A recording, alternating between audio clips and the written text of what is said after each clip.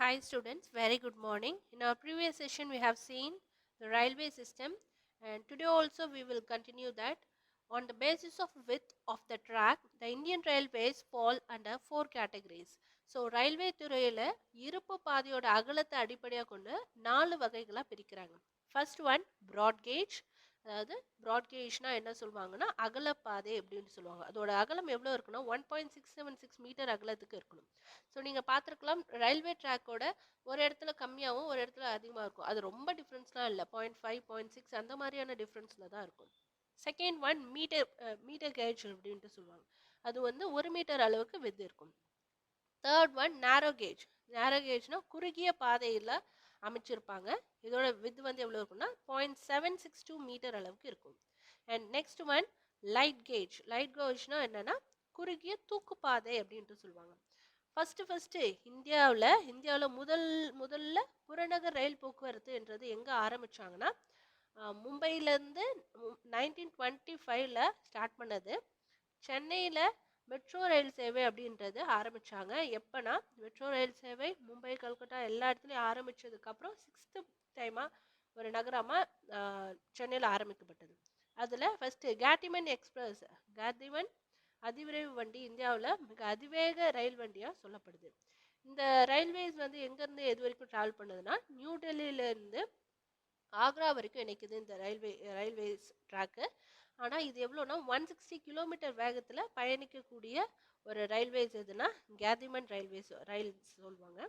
And இந்த ரெண்டு நகரங்களுக்கு இடையே இருக்கிற டிஸ்டன்ஸை 200 கிலோமீட்டர் டிஸ்டன்ஸ் தொலைவை 105 மினிட்ஸில் ட்ராவல் பண்ணிட்டோம். எங்கன்னா டெல்லியும் ஆக்ராவும் இணைக்கிறது 200 கிலோமீட்டர் தொலைவு இருக்குது. இதில் 105 நிமிடங்களில் போயிடலாம். அது அளவுக்கு ஸ்பீடாக ட்ராவல் பண்ணுறது கேத்திமன் எக்ஸ்பிரஸ் அப்படின்ட்டு சொல்லுவாங்க. Next one metro railways in India. Metro railways இந்தியாவில் மெட்ரோ ரயில் போக்குவரத்து பற்றி பார்க்க போகிறோம். இந்தியாவில் 8 பெரிய நகரங்களில் மெட்ரோ ரயில் சேவை நடந்துட்டுருக்கு. 8 cities with metro rail connectivity in India. அது எந்தெந்த சிட்டிஸ்னா கொல்கத்தா, அதாவது வெஸ்ட் பெங்காலில் இருக்க கொல்கத்தா, தமிழ்நாட்டில் இருக்க சென்னை, அண்ட் கர்நாடகாவில் இருக்க பெங்களூர், டெல்லி, ஹரியானாவில் இருக்க குர்கான், மகாராஷ்டிராவில் இருக்க மும்பை, ராஜஸ்தானில் இருக்க ஜெய்ப்பூர், கேரளாவில் இருக்க கொச்சி. இந்த 8 பெரிய நகரங்களில் மெட்ரோ ரயில் சேவை நடந்துட்டுருக்கு. இந்த ரயில் சேவை வந்து ஃபஸ்ட்டு எங்கே ஸ்டார்ட் பண்ணாங்க, மெட்ரோ ரயில் சிஸ்டம் அப்படின்றது ஃபஸ்ட்டு எங்கே ஸ்டார்ட் பண்ணாங்கன்னா கொல்கத்தாவில் தான் ஆரம்பித்தாங்க. இதில் அதிக மக்களை வேகமாகவும் குறிப்பிட்ட நேரத்தில் அவங்க போய் சேர வேண்டிய இடத்துக்கு கொண்டுட்டு போகிறதுனால மக்களை விரைவாக ஏற்றி செல்கிற ஒரு அமைப்பாக, ஒரு டிரான்ஸ்போர்ட்டாக எதை சொல்கிறாங்கன்னா மெட்ரோ ரயில் போக்குவரத்தை சொல்கிறாங்க. இதை தான் எம்ஆர்டிஎஸ் அப்படின்ட்டு சொல்கிறாங்க. எம்ஆர்டிஎஸ்னா மாஸ் ரேபிட் டிரான்சிட் சிஸ்டம் அப்படின்ட்டு சொல்லுவாங்க மெட்ரோ ரயில் சிஸ்டம். இது எப்போ ஆரம்பித்தாங்கன்னா செப்டம்பர் 2018 இந்தியாவில் ஆரம்பித்தாங்க. 507 கிலோமீட்டர் நீளத்துக்கு மெட்ரோ இருப்பு பாதை போடப்பட்டது. இதில் 381 ரயில்ஸ் வந்து ட்ராவல் பண்ணிட்டுருக்கு. அதாவது 381 ஸ்டேஷன்ஸ் வந்து இன்னமும் செயல்பட்டு இருக்குன்ட்டு சொல்கிறாங்க. ஃபஸ்ட்டு ரயில்வேஸே இல்லாத ஒரு பகுதி அப்படின்ட்டு எதோ சொல்லுவாங்கன்னா ரயில்வே நெட்வொர்க், அதாவது ரயில் போக்குவரத்து இல்லாத ஒரு பகுதியாக எதோ சொல்கிறாங்களா, எந்த மாநிலத்தை சொல்கிறாங்கன்னா மேகாலயாவை சொல்கிறாங்க. ஏன்னா மேகாலயாவில் வந்து என்னென்னா சிரபுஞ்சி வந்து ஹையஸ்ட் ரெயின்ஃபால் இருக்கிற ஒரு பகுதியாக சொல்லப்படுறது மேகாலயாவில் இருக்க சிரபுஞ்சி அப்படின்ட்டு சொல்லுவாங்க. ஸோ அதனால தான் அந்த இடத்துல ரயில் போக்குவரத்து கிடையாது. அண்ட் மலைப்பாங்காக இருக்கிறதுனாலையும் அந்த பகுதிகளில் கிடையாது rail transport. Next one pipeline transport, குழாய் வழி போக்குவரத்து அப்படின்னு சொல்லுவாங்க. ஸோ இது எதுக்கு யூஸ் பண்ணுவாங்கன்னா எண்ணெய், ஆயில்லையும் அண்ட் நேச்சுரல் கேஸ், இதை ரெண்டுத்தையுமே எங்கே அவங்க எடுக்கிறாங்களோ, எந்த ஃபீல்டுலேருந்து ஆயில் ஃபீல்ட்ஸ்லேருந்து எடுக்கிறாங்களோ அங்கேருந்து சுத்திகரிப்பு நிலையங்களுக்கு பியூரிஃபை பண்ணுற இடத்துக்கு, இல்லை ரீஃபைனரிஸ் பண்ணுற இடத்துக்கோ, இல்லைனா அவங்க பண்ணுற அந்த எங்கேருந்து எடுத்து அது எங்கே சந்தைப்படுத்தணுமோ மார்க்கெட் பண்ணணுமோ அந்த இடத்துக்கு எடுத்துகிட்டு போகிறதுக்கு எந்த வழி ஈஸியானதுன்ட்டு பார்த்தோம்னா பைப்லைன் தான். ஏன்னா சிலது வந்து ஆயிலையோ இல்லை கேஸையோ கண்டெய்னரில் கொண்டுட்டு போவாங்க. அது டக்குன்னு கொஞ்சம் தூரம் அளவுக்கு தான் போகும். ஹியூமன் கண்டிஷன்ஸ் அண்ட் காற்றுல இருக்க அட்மாஸ்பியரில் இருக்க டெம்பரேச்சரோட அளவு பொறுத்து அது சீக்கிரமாக பற்றிட்டு எரியக்கூடிய தன்மையுடையதுன்றதுனால முன்னாடி எடுத்துகிட்டு போனதையும் இப்போ வந்து அது ஆயில் அண்ட் கேஸ் வந்து கண்டெய்னர்ஸில் போகிறதுக்கு பேன் பண்ணியிருக்காங்க. கொஞ்சம் தூரம் தான் ட்ராவல் பண்ணுறது அப்படின்றதுனால அதை அலோவ் பண்ணுவாங்க. மற்றபடி எந்த ஒரு பகுதியிலேருந்தும் லாங் ட்ராவல் பண்ணுறப்ப ஆயிலையோ கேஸையோ டிரான்ஸ்போர்ட் மூலயமா கொண்டுட்டு போகிறதுக்கு அலௌட் கிடையாது. ஸோ அதை எளிமையாக பண்ணுறதுக்காக ஒரு சிறந்த போக்குவரத்து எதை சொல்லுவாங்கன்னா பைப்லைன், குழாய் வழி போக்குவரத்து தான் சொல்லுவாங்க. முன்னதான் என்ன பண்ணுவாங்கன்னா ஒரு நகரங்களுக்கும் இல்லை இண்டஸ்ட்ரீஸ்க்கும் தேவையான தண்ணீரை கொண்டு போகிறதுக்கு தான் பைப்லைன் யூஸ் பண்ணாங்க. இப்போதைக்கு திடப்பொருள் சாலிடாக இருக்கிறத செமி சாலிடாக மாற்றி அதை குழாய் மூலயமா கொண்டுட்டு போகிறதுக்கு பைப்லைன் யூஸ் பண்ணிகிட்ருக்காங்க. இந்த குழாய் போக்குவரத்து ஸ்டார்டிங்கில் ஃபஸ்ட்டு இந்த பைப்லைன் டிரான்ஸ்போர்ட் ஆரம்பிக்கிறப்ப அதிக செலவாச்சு. இனிஷியேட்டிவ் ப்ராசஸ் தான் ஜாஸ்தி ஆகும் தவிர ஒன்ஸ் செட்டப் பண்ணதுக்கப்புறம் அதை மெயின்டைன் பண்ணுறதுக்கான செலவு ரொம்ப கம்மியாகிடுச்சு. அதை பராமரிக்கிறதுக்கான செலவு ரொம்ப கம்மியாச்சு. இது என்னென்னா குழாய் போக்குவரத்து பைப்லைன் டிரான்ஸ்போர்ட் ரொம்ப கடினமான நிலப்பகுதியிலும் செட் பண்ணலாம். அண்ட் தண்ணீர் போகிற பகுதியில் கடலுக்கடியிலையும் குழாய் போக்குவரத்துன்றது பைப்லைன் செட் பண்ணிட்டதுக்கப்புறம் ஏன்னா குறைஞ்ச செலவை ரொம்ப காலத்துக்கு மெயின்டைன் பண்ணுறதுக்கு, அதனால் எந்த ஒரு டேமேஜும் ஆகாது. பூமிக்கு அடியில் ஏதாவது ஒரு ப்ராசஸ் நடக்கிறப்ப தான் பூமியிலேருந்து அந்த குழாயில் லீக்கேஜ் ஆகும் தவிர மனுஷனோட செயல்பாடு எதுவும் இல்லாமல் அந்த பகுதியில் எதுவும் ஆகாது.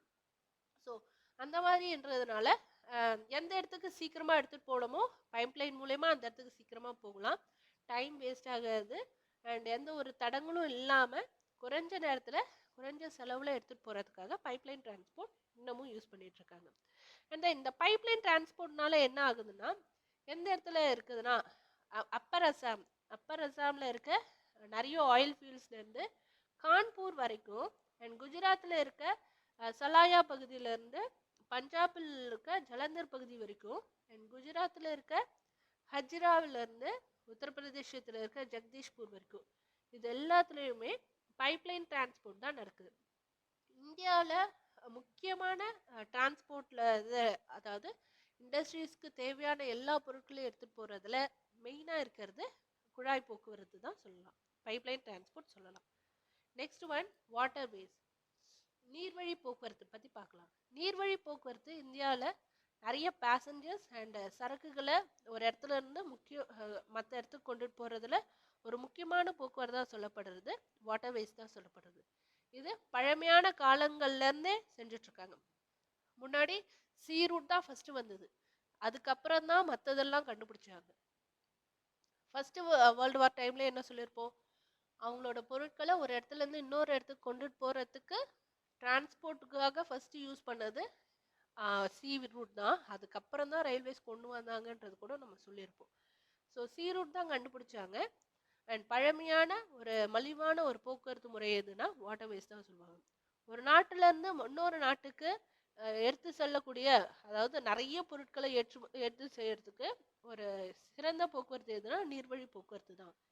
அண்ட் சிறந்த சுற்றுச்சூழல் பாதுகாப்பாகவும், ஏன்னா வாட்டரில் பொல்யூஷன் ஏற்படுத்த முடியாது, மனுஷனால் மட்டும்தான் பொல்யூட் பண்ண முடியும் தவிர வாட்டர்ஸில் பொல்யூட் ஆகிறதுக்கு எந்த ஒரு வாய்ப்பும் கிடையாது.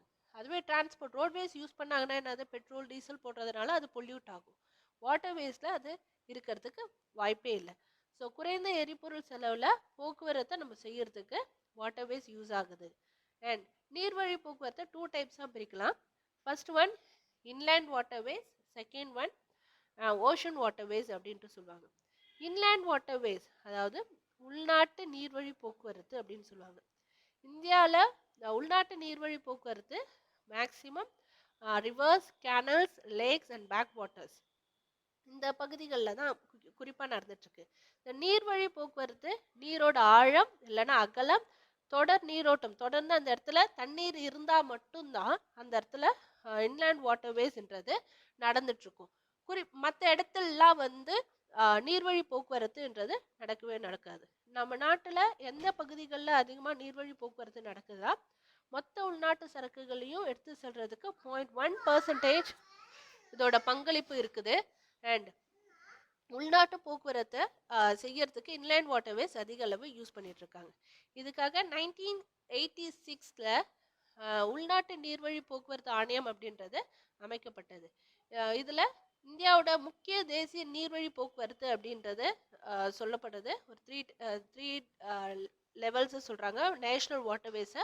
First one national waterway one, அதாவது தேசிய நீர்வழி போக்குவரத்து எண் 1 அப்படின்றாங்க. இது எங்கேருந்து எது வரைக்கும் கொடுக்குறாங்கன்னா, அதாவது இந்தியாவில் மேஜர் வாட்டர்வேஸ், நேஷ்னல் வாட்டர்வேஸ் அப்படின்ட்டு முக்கிய தேசிய நீர்வழி போக்குவரத்துகள் ஒரு த்ரீ லெவல்ஸை கொடுத்துருக்காங்க. ஃபர்ஸ்ட் ஒன் ஹல்தியாலேருந்து அலகாபாத் இடையே 1620 கிலோமீட்டர் நீளத்தில் இருக்கு. இது கங்கா அண்ட் பைரதி அண்ட் ஹூக்ளி இந்த ஆறுகளை இணைக்கிறதுக்காக கொண்டு வரப்பட்டது தான் national waterways 1. Second one national waterway 2. இது பிரம்மபுத்திரா ஆறில் துபிரி அண்ட் காடியா இந்த இதுக்கிடையில், இந்த ரெண்டு ஆறுக்கு இடையில 891 கிலோமீட்டர் நீளத்தில் போடப்பட்டது தான் நேஷ்னல் வாட்டர்வே 2.